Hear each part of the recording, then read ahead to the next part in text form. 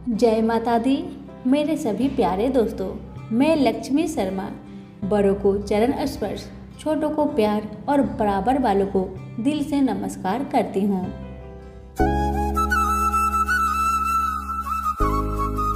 ओम नमः शिवाय। आज मैं आप सभी को सोमवार की व्रत कथा सुनाने जा रही हूँ। कथा को पूरा सुनिए। अगर अच्छा लगे तो लाइक शेयर अवश्य करें।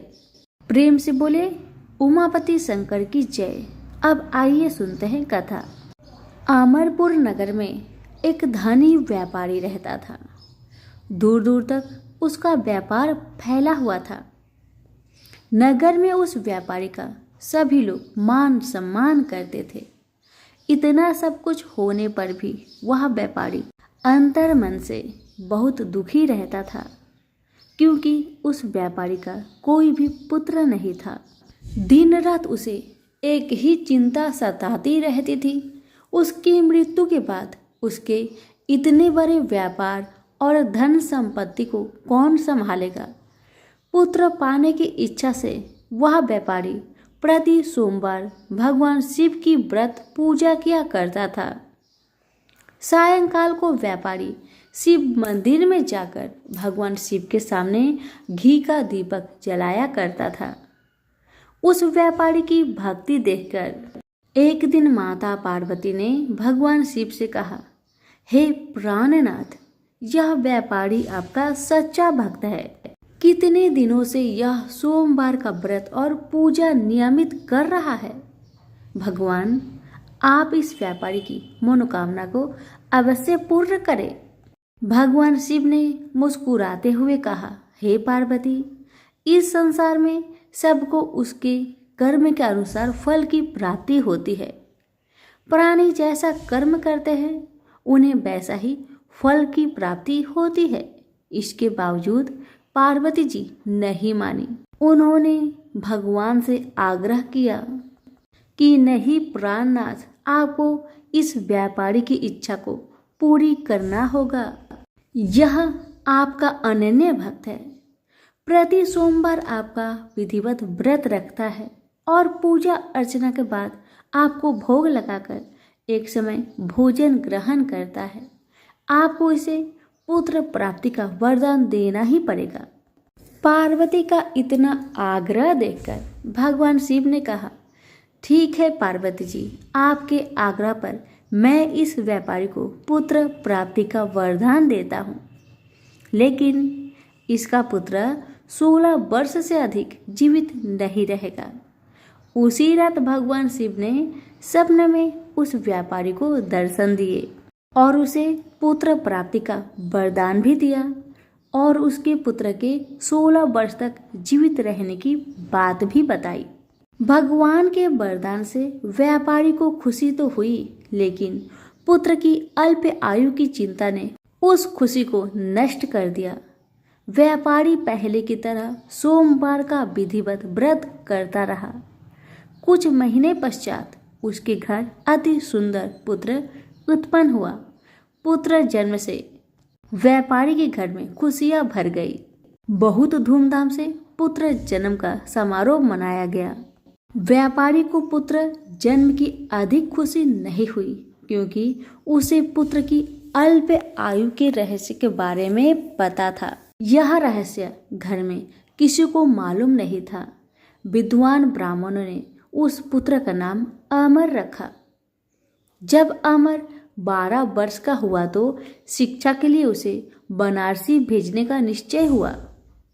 व्यापारी ने अमर के मामा दीपचंद को बुलवाया और कहा कि अमर को शिक्षा प्राप्त करने के लिए बनारसी छोड़ आओ। अमर अपने मामा के साथ शिक्षा प्राप्त करने के लिए चल दिया। रास्ते में जहाँ भी अमर और प्रेमचंद रात्रि विश्राम करने के लिए ठहरते, वहीं यज्ञ करते और ब्राह्मणों को भोजन कराते थे। लंबी यात्रा के बाद अमर और दीपचंद एक नगर में पहुंचे। उस नगर के राजा की कन्या के विवाह की खुशी में पूरे नगर को सजाया गया था। निश्चित समय पर बारात आ गई, लेकिन वर का पिता अपने बेटे के एक आंख से काने होने के कारण बहुत चिंतित था। उसे इस बात का भय सता रहा था कि राजा को इस बात का पता चलने पर कहीं वह विवाह से इनकार न कर दे। इससे उसकी बहुत बदनामी होगी। वर के पिता ने अमर को देखा तो उसके दिमाग में एक विचार आया। उसने सोचा क्यों ना इस लड़के को दुल्हा बना दिया जाए और राजकुमारी से विवाह करा दिया जाए। विवाह के बाद इसको धन देकर विदा कर देंगे और राजकुमारी को अपने नगर में ले जाएंगे। वर के पिता ने इस संबंध में अमर और दीपचंद से बात की। दीपचंद ने धन मिलने के लालच में वर के पिता की बात स्वीकार कर ली। अमर को दुल्हा के वस्त्र पहनाकर राजकुमारी चंद्रिका से विवाह करा दिया गया। राजा ने बहुत सा धन देकर राजकुमारी को विदा किया।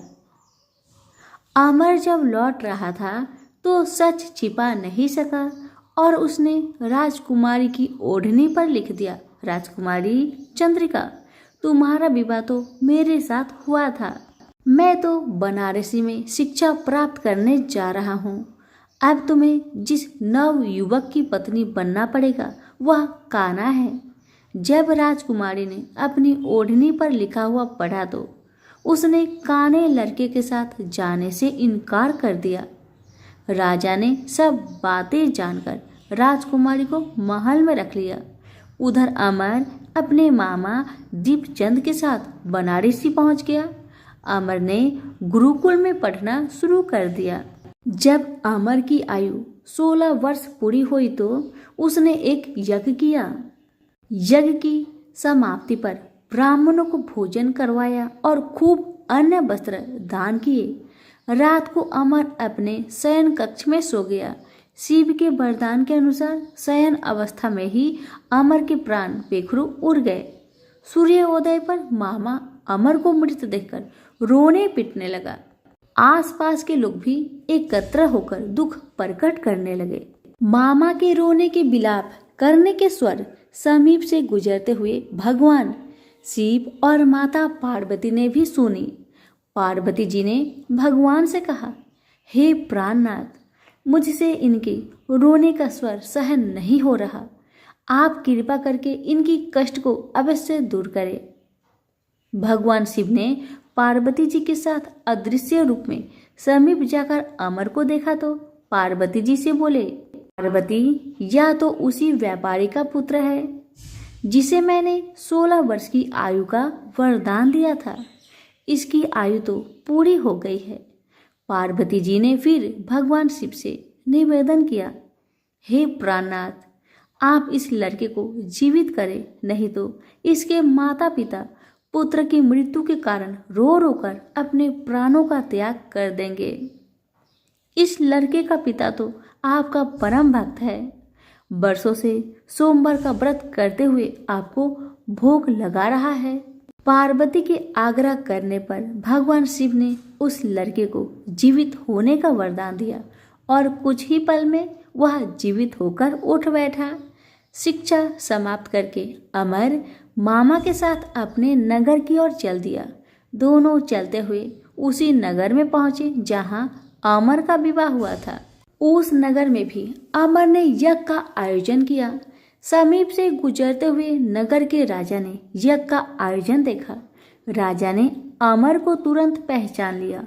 यज्ञ समाप्त होने पर राजा अमर और उसके मामा को महल में ले गया और कुछ दिन उन्हें महल में रखकर बहुत सा धन वस्त्र देकर राजकुमारी के साथ विदा किया। रास्ते में सुरक्षा के लिए राजा ने बहुत से सैनिकों को भी साथ भेज दिया। दीपचंद ने नगर में पहुंचते ही एक दूत को घर भेजकर अपने आगमन का सूचना भेजी। अपने बेटे अमर के जीवित वापस लौटने की सूचना से व्यापारी बहुत प्रसन्न हुआ। व्यापारी ने अपनी पत्नी के साथ स्वयं को एक कमरे में बंद कर रखा था। भूखे प्यासे रहकर व्यापारी और उसकी पत्नी बेटे की प्रतीक्षा कर रहे थे। उन्होंने प्रतिज्ञा कर रखी थी कि यदि उन्हें बेटे की मृत्यु का समाचार मिला तो दोनों अपने प्राण त्याग देंगे। व्यापारी अपनी पत्नी और मित्रों के साथ नगर के द्वार पर पहुंचा। अपने बेटे के विवाह का समाचार सुनकर पुत्रवधू राजकुमारी चंद्रिका को देखकर उसकी खुशी का ठिकाना नहीं रहा।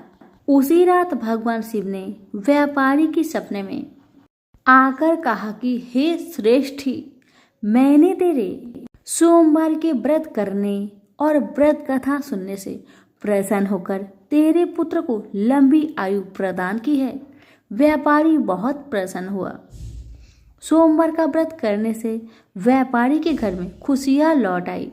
शास्त्रों में लिखा है कि जो स्त्री पुरुष सोमवार का विधिवत व्रत करते हैं और व्रत कथा सुनते हैं, उनकी सभी इच्छाएं पूरी होती है। तो प्रेम से बोले उमापति शंकर की जय हो। कथा अच्छी लगे तो लाइक शेयर जरूर करें। धन्यवाद।